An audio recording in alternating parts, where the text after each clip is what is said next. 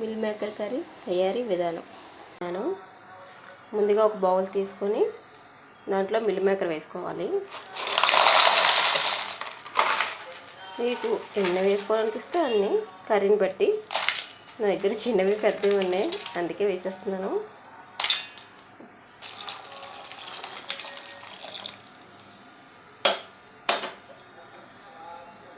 Hot water వేసుకున్నాక ఒక 5 minutes ఇలా వదిలేయాలన్నమాట. ఇప్పుడు ఇలాగ బాగా పెట్టుకొని ఆయిల్ వేసుకున్నాక దాంట్లోకి దాల్చిన చెక్క, 2 లవంగాలు, 4 లవంగాలు, 1 యాలక్కాయ వేసుకున్న తర్వాత 4 పచ్చిమిర్చి, ఆనియన్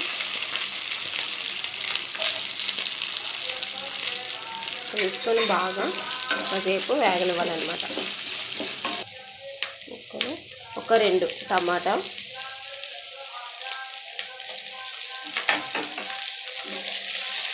ఇది కూడా వేసుకొని బాగా ఒకసారి కలుపుకోవాలన్నమాట.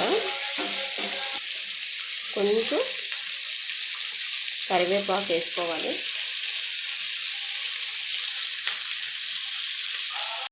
దీంట్లోనే చూడండి జీడిపప్పు, కొంచెం ఒక 5-6 బద్దలు జీడిపప్పు వేసుకొని బాగా కలిపి దీని మీద మూత పెట్టేయాలి. మూత పెట్టి ఒక 5 మినిట్స్ ఉంచితే బాగా మగ్గిపోతాయి అన్నమాట. అయిపోతుంది. ఒకసారి కలిపేసుకొని స్టవ్ ఆపేద్దాం. ఇప్పుడు దీన్ని చల్లారబెట్టి మిక్సీ పట్టుకోవాలి. ఇందాక మనం మిల్ మేకర్ నానబెట్టుకున్నాం కదా, అది ఇప్పుడు ఒకసారి వాటర్ పిండేసుకొని వేరే బౌల్లోకి తీసుకుందాం. మిల్ మేకర్ చూడండి ఎంత బాగా నానాయో. ఇలాగంటే ఇలా వచ్చేమాట. వాటర్ అంతా ఒకసారి ఇలా అనుకొని వీటిని వేరే బౌల్లో తీసుకుందాం. వాటర్ మొత్తం ఇలా పిండేయాలన్నమాట. ఇలాగ అయిపోవాలి. మిల్ మేకర్ని ఫ్రై చేసుకుందాం ఒకసారి.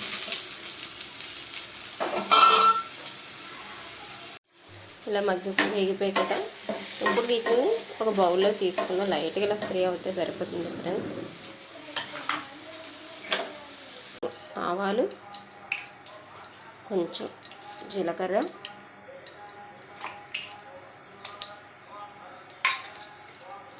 చిన్న చెక్క, 2 లవంగాలు వేసి ఒక్కసారి ఇలా కలుపుకొని కొంచెం ఇది కొంచెం వేగనిద్దాం.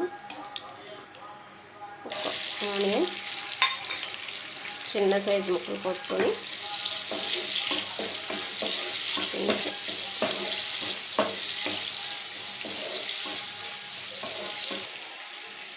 4 కొంచెం కరివేపాకు ఇలాగా బాగా ఫ్రై చేసుకోవాలి. గోల్డ్ కలర్ వచ్చేంత వరకు కొంచెం బాగా ఫ్రై చేసుకోవాలి.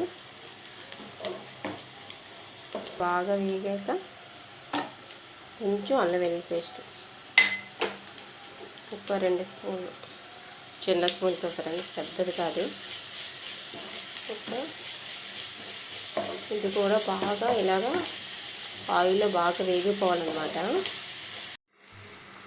కొంచెం బాగా వేగాక ఇప్పుడు ఇందాక చేసిన పేస్ట్ దీంట్లో వేసేయాలి. పేస్ట్ వేసుకొని ఒకసారి బాగా కలుపుకొని మూత పెట్టేయాలి. బాగా ఆయిల్ తేలేంత వరకు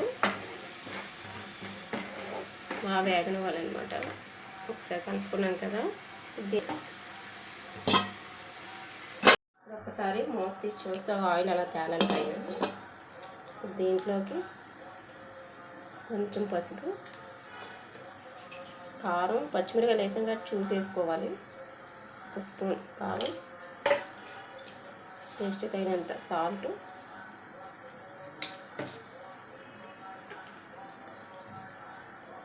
గరం మసాలా,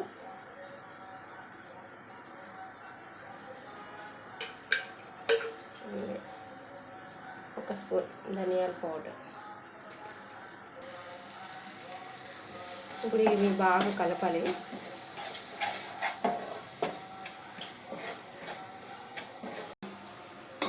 ఇప్పుడు దీంట్లో ఇందాక మిల్ మేకర్లు ఉన్నాయి కదా, దీంట్లో వేసుకోవాలి. ఇది బాగా ఒకసారి మిక్సీలో కలిపి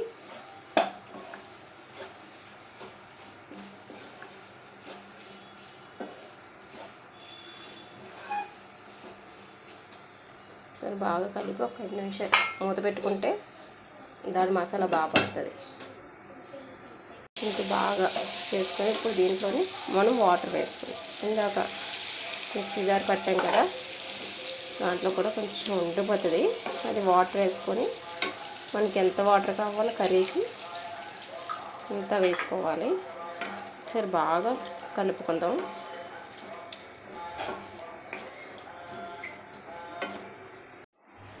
ఒకసారి మూత తీసి చూద్దాము.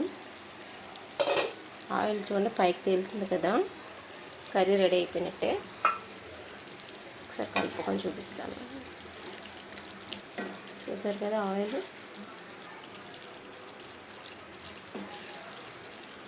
ఇప్పుడు లాస్ట్లో కొంచెం కొత్తిమీర జల్లుకొని ఆపేసుకోవడమే, స్టవ్ కట్టేసుకుంటే అయిపోయినట్టే కర్రీ.